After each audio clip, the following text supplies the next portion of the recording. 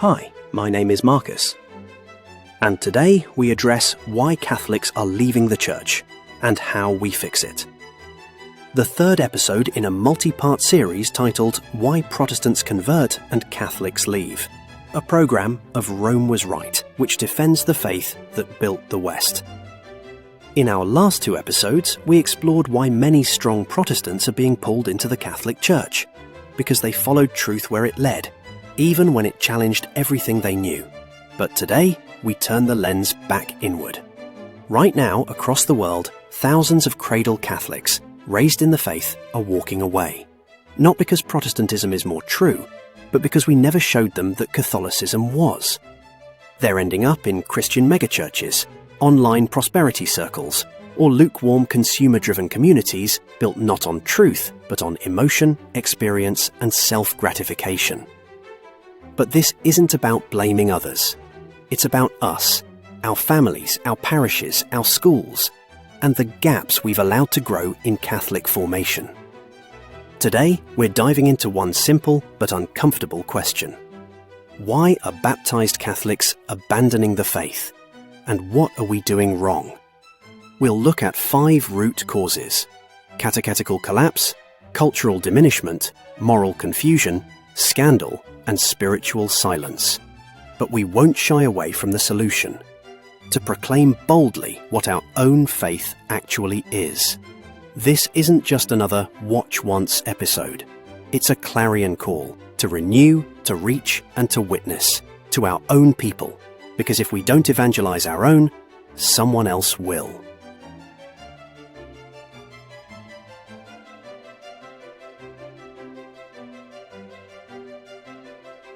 Let's begin with the most glaring and painful failure: the collapse of Catholic Catechesis. For decades now, we've handed our children colouring pages of saints, but skipped the very doctrines that gave those saints their backbone. We've taught them to go to Mass without explaining why the Mass is not just a good habit, but the source and summit of the Christian life. We've told them to be nice, but not to be holy. We've encouraged them to belong to the Church, without ever making clear what the Church actually is: her mission, her authority, her divine origin, and her unique role in salvation history. So what happens?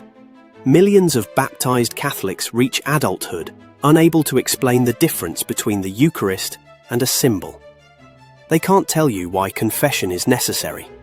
They've never heard of redemptive suffering. They don't know what the Church teaches about grace, sin, judgment, or even who Christ truly is. And worst of all, many of them don't care, because we never gave them a reason to. 6 months after confirmation, they're gone, not with anger, not with dramatic protest. They just drift out the door and never look back. Not because they've rejected what the Church teaches, but because they were never taught it in the first place. This isn't just doctrinal ignorance, it's spiritual abandonment. We baptized them, celebrated with cake and cameras, and then left them in a cradle with holes in the bottom. And now we're shocked that nothing stayed in. We gave them the what: go to church, say your prayers, be kind. But we failed to give them the why. And without the why, the faith feels like an empty shell, a set of rituals and rules with no story, no saviour, and no stakes. So what's the answer? We don't need louder programs or slicker videos. We don't need TikTok catechists or more pizza nights at youth group.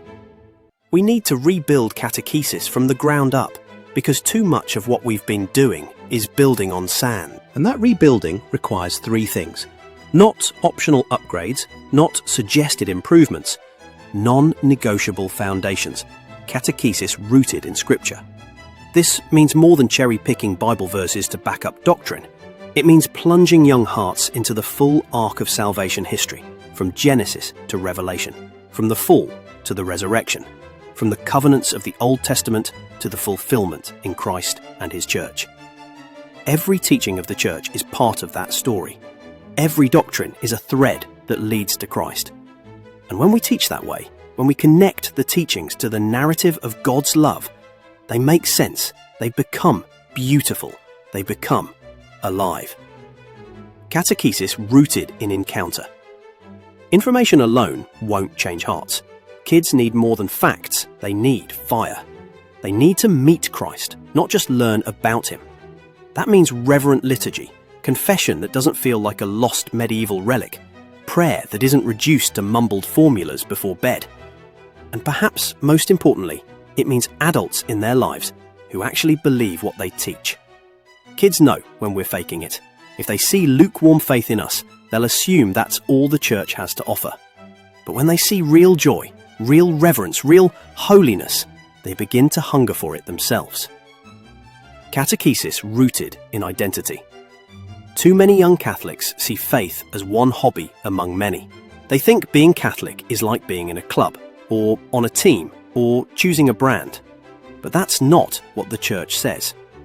The Church says they are sons and daughters of God, that they are called, chosen, and sent, that baptism marked their soul forever, that confirmation sealed them for mission, that their life has a purpose far beyond college and career. We must tell them, again and again, that they are not consumers of spirituality. They are disciples, warriors, saints in training. And their identity isn't found in how they feel, it's found in whose image they bear. If we don't teach them this, if we don't hand them the fullness of the faith, not watered down, not dumbed down, but deeply and beautifully Catholic, then we shouldn't be surprised when they leave. Because until Catholics know what the Church teaches, they'll never know what they're losing when they walk away. Pause and consider. If you grew up Catholic and feel like no one ever really told you why the Church teaches what she does, you're not alone. But this is your moment. Don't walk away from what you never fully received. Subscribe now and stick with us as we rebuild what was never meant to collapse. The faith that formed saints, shaped civilization, and still calls us home.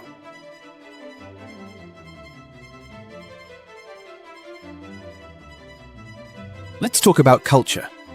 Too often we act as though culture is something passive, something external, as if it's just background noise, the mood music of society, while faith is what really matters. But culture is not neutral. Culture is a catechism. It teaches, it forms, it disciplines, it evangelizes. The only question is, who is doing the teaching? When Catholic families stop building a culture shaped by the liturgical year, when Catholic schools stop looking, sounding, and feeling different from their secular counterparts, when parishes start prioritizing convenience and consumer satisfaction over reverence and transcendence, we don't create a vacuum, we create a new culture, just not a Catholic one. In that vacuum, secularism moves in. And it doesn't just whisper, it catechizes loudly, visually, repetitively, seductively. It fills screens, songs, classrooms, conversations. It offers a world view, complete with rituals, language, values, and heroes.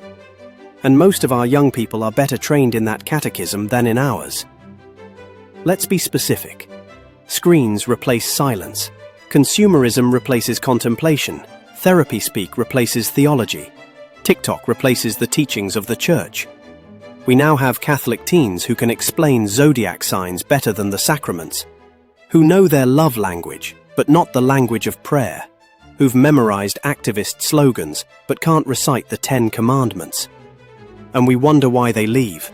We trained them to, not deliberately but passively. Because if we do not intentionally build a Catholic culture, we are functionally endorsing a secular one. Here's the hard truth. The culture is always catechizing your kids. Every minute, every click, every ad, every playlist. If they spend 30 hours a week in front of a screen but only 30 minutes at Mass, guess which worldview will win? And it's not just about kids. Adults are catechized too. By Netflix, by Instagram, by politics, by talk radio, by sports culture, by workplace norms. And if our parishes offer weak liturgies, bland aesthetics, soft sermons and shallow fellowship, the message we send is this: the world is more interesting, the Church is optional, sacred things don't matter that much. This is what Cardinal Robert Sarah meant when he warned, the collapse of liturgy is a tragedy, but the collapse of the family is an even greater catastrophe. But the two are not separate, they are joined at the hip. When we trivialize liturgy, We train Catholics to trivialize God. When we lose reverence, we lose transcendence. And when transcendence disappears, religion becomes one option among many, another lifestyle brand, another spiritual flavor.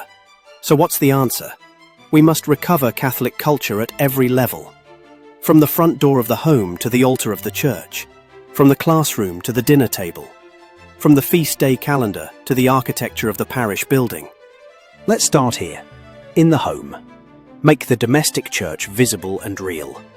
That means holy images on the walls, prayer before meals and bedtime, feast days celebrated with joy, saints talked about like family members, scripture read aloud, candles lit, rosaries prayed, questions welcomed. The faith must not just be practiced, it must be felt, and children must see it shaping the daily rhythms of their lives. In the parish, beauty, reverence, mystery, not performance, not production value. We don't need coffee bars in the narthex. We need tabernacles that command awe, sacred music that lifts the soul, homilies that preach eternal truth, not seasonal platitudes, architecture that points to eternity, not multi-purpose utility. Every detail should proclaim, this is the house of God. In our schools and ministries, raise the bar. Stop assuming kids can't handle depth. Stop entertaining them to death. Teach the real faith, challenging, convicting, glorious. Teach them to love the church, to understand her teachings, to read the saints, to engage the world, not as victims but as missionaries. We're not here to babysit souls, we're here to raise saints. And let's be clear, this doesn't mean rejecting all modern tools. We're not called to run away from the world, but we are called to outform it. We don't win this battle by being less boring than YouTube. We win it by being more real than anything else on earth. And we are. Because the Catholic faith isn't entertainment, it's an encounter. The Catholic culture isn't a lifestyle, it's a civilization. It formed the West. It built hospitals. It wrote symphonies. It inspired martyrs. It still has the power to change the world. But only if we stop treating it like an add-on and start living it as a way of life. Because the church isn't cultureless, she's the source of Christian culture. And if we don't reclaim that, if we don't embody that, if we don't love that, then we'll keep losing souls to a world that has no problem evangelizing them for us. If we want Catholics to stay, really stay, we must offer them more than rules, programs, and platitudes. We must give them a culture that embodies truth, beauty, and sacred identity. The church is not just a place we go. She is our mother, our home, and our inheritance. But if we don't live that culture, we will lose it, and the world will be more than ready to offer a counterfeit in its place.